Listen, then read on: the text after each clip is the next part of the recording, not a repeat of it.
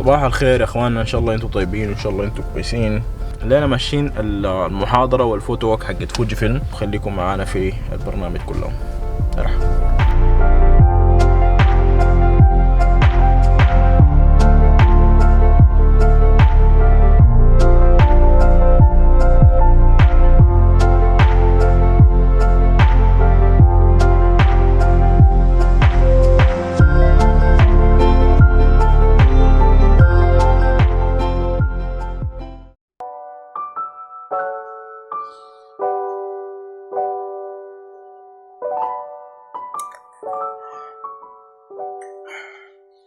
طبعا جيت راجع من الفوتو ووك، صراحة كانت 3 ساعات من المشي المتواصل والتصوير المتواصل، كانت حلوة ورهيبة جدا.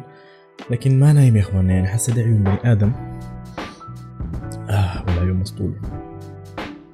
لا ما مسطول، بهزر معاكم. فكوباية من القهوة كده شنو صح دير حبة. ما في زول يجي يتظارف ويقول لي شعرك مشى وين؟ اكيد حلقته قبل ما اجي، بديهيات. لما نجي للموضوع بتاع التصوير حنلقى عندنا كاتيجوريز كتيرة جدا جدا جدا: ويدنجز، بورتريت، ستريت، فاشن، ماكرو، كمية هائلة جدا من الكاتيجوريز. لكن موضوعنا الليلة عن الستريت فوتوغرافي. لما نجي نعرف الستريت فوتوغرافي حنقول هو تصوير الحياة اليومية بعفويتها، يعني انت كمصور ما تتدخل في تفاصيل الصورة. والمفهوم ده حاليا اتغير، بقى تصوير الشارع ما له اي تعريف معين، او بالاصح بقى شامل لكل الكاتيجوريز الثانية حقت التصوير. يعني انا ممكن امشي اصور مباني، ممكن امشي اصور بورتريت، ممكن اصور منتجات، ممكن اصور اي حاجة واعتبرها ستريت فوتوغرافي. انا شخصيا اكتر حاجه قاعد اصور بورتريت، ولو انتوا شفتوا حسابي في الانستغرام حتلقوا انه اغلبيته صور بتاعت بورتريت. والحقيقه دي ما عشان انا ما بحب الستريت فوتوغرافي، لكن صراحه انا ما عندي الشجاعه الكافيه اني اطلع امسك الكاميرا واطلع واصور ستريت براي، لانه اول حاجه خايف على كاميرتي، ثاني حاجه خايف على حياتي، واي كاميرتي قبل حياتي.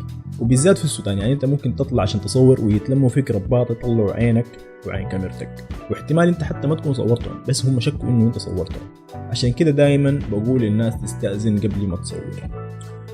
القهوة دي بتعطش الزول صراحة يا اخوان. stay hydrated. وصراحة الستريت فوتوغرافي محتاج صبر، وانا صبري ضيق صراحة. يعني ممكن انت تمشي كمصور تلقى لك فريم ضابط او لوكيشن ضابط، لكن ما في سبجكت رهيب يكمل لك الفريم الضابط بتاعك ده، فبتقعد تستنى لحد ما السبجكت حلو يجيك وتصور اللقطة وتاخذ اللقطة حقتك. انا ما عندي الصبر ده، ما بقدر استنى. في العادة بعمل شنو؟ بسوق معي جروب من اصحابي، بسوق معي موديل، بكون ماشيين في الشارع، لو لقيت لي لوكيشن حلو او فريم حلو بقوم بوقف الموديل واصوره او اصورها كده، اكسب زمنيه يعني واخذ اللقطه اللي انا عايزها. اي نعم ممكن ما تكون نفس اللقطه العفويه ديك، لكن في النهايه لقطه حلوه. الصور انتوا حسه شايفينها دي اتصورت بنفس الطريقه، يعني كنت انا واصحابي حايمين في شوارع الاسكندريه، وكل ما القى لي لوكيشن حلو او القى لي حاجه عفويه حلوه بقوم بصورها، ومرات بوقفهم واصورهم لو عجبني الفريم وعجبني اللوكيشن. بس برضو زي ما في محلات التصوير فيها صعب، في محلات بالعكس تماما التصوير بيكون فيها سهل جدا، بالذات المحلات السياحيه، يعني بيجوها سياح كتار. الناس اللي في الحته دي بيكونوا يعني متسهلين او سهل التعامل معاهم من ناحيه التصوير، لانهم هم بيكونوا عايزين يجذبوا السياح عشان يجوا يشتروا منهم. فاحسن حاجه انه يقولوا صورني او كده، يعني يخلقوا معاهم حديث، وهو لما يجي يصورهم حيكونوا مبسوطين عشان يمكن يشتري منهم. واحد من الامثله الصوره انتم شايفينها دي تصورت في محطه الرمل، ومحطه الرمل في الاسكندريه مشهوره انه بيجوها سياح كتير. فالصوره دي وانا صوره بحبها جدا جدا جدا، يعني كنت ماري ولقيت عمو ده ولقيت المحل ده وعجبني، يعني حسيت انه المحل له هيبه كده، فاستاذنت من عمنا ده وقلت له يا اخي ممكن اصور؟ قال لي جدا، وقعد وداني لك النظره بتاعت الرجل الحكيم العاش قرون ودهور من الحكمه والذكاء. بالمناسبه الراجل ده والمحل بتاعه ده يعتبر اول محل في اسكندريه لنظافه الجزم، واخر محل لحد هسه فاتح. يعني ما بتلقى محلات فاتحه عشان تورنش جسم، تلقى ناس شايلين الاورنش بتاعهم محايمين، لكن ده المحل الوحيد اللي لحد هسه قاعد في اسكندريه، وهو طبعا اول محل بدأ.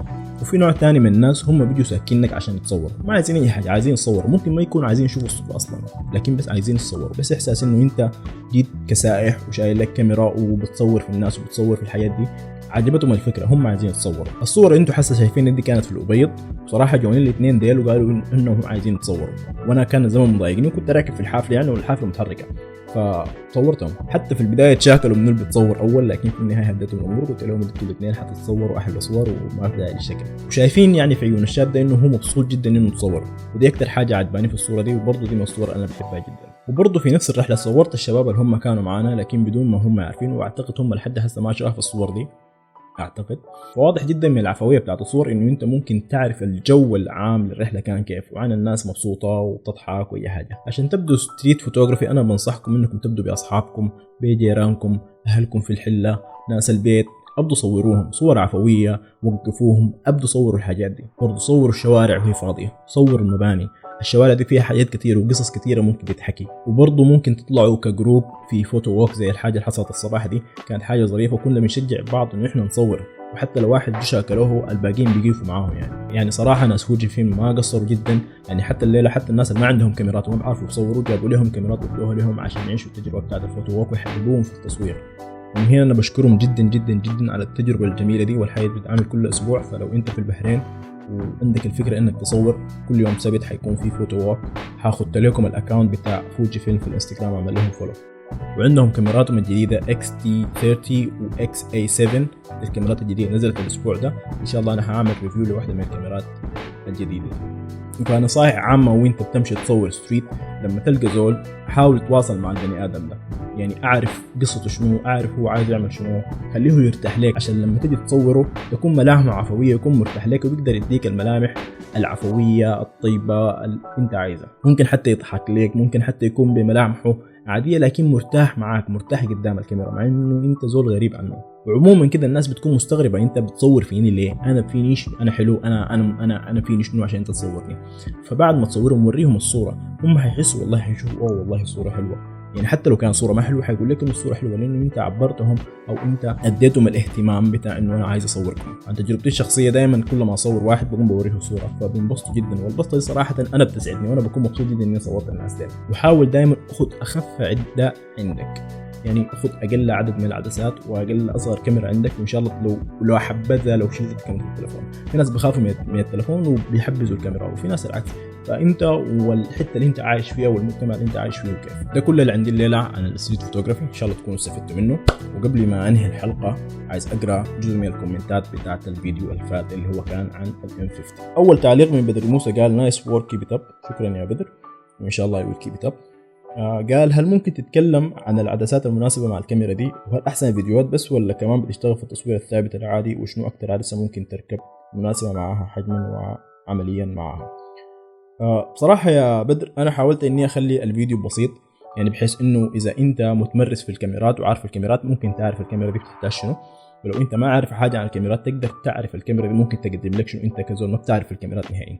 عموما العدسات بتاعت الكاميرا دي براها ما زي العدسات بتاعت الكاميرات الثانيه زي ال5D وزي ال70D وبراها، فغالي شويه عدساتها وما كثير. العدسه اللي فيها حسه دي 15 45، الفتحه بتاعتها في 3.5 لحد 6، يعني لما تعمل زوم بتبقى 6. فالعدسه ما بطاله، عدسه كويسه ومناسبه يعني كتلنس في النهايه. وانتوا حسه حاليا انا قاعد اصور بها. بالنسبه للصور صراحه انا لحد هسه ما جربت اصور، لانه انا بالنسبه لي الكاميرا دي كاميرا فيديو اكثر من صور. لو جربتها في صور ان شااء الله هوريك. التعليق الثاني من بيتزا لافر، انا عارف شخصيته. قالت مع انه ما بعرف كثير في التصوير بس استفدت شديد والله. بالنسبه لي دي حاجه عظيمه جدا، يعني انا صراحه القناه دي عاملها عشان تشجع الناس انها تصور وانها ما تخاف من التصوير، وان شاء الله يا رب لقدام تستفيدوا اكثر واكثر واكثر وتكونوا مصورين سواء فيديو سواء صور كبار، واكون لي الشرف انه انا علمتكم ولو حاجه بسيطه. لو وصلت لحد النقطه من الفيديو شكرا لك شديد، انا شاكر لك جدا. ان شاء الله يكون فيديو لطيف وظريف وخفيف، ولو ما عجبك انا اسف اني ضيعت لك زمنك. ما تنسوا بديهيات اليوتيوب الثلاثة، لايك شير سبسكرايب، واكتبوا لي تحت في الكومنتات الفيديو الجاي انتوا عايزين تشوفوا شنو. ونشوفكم على خير.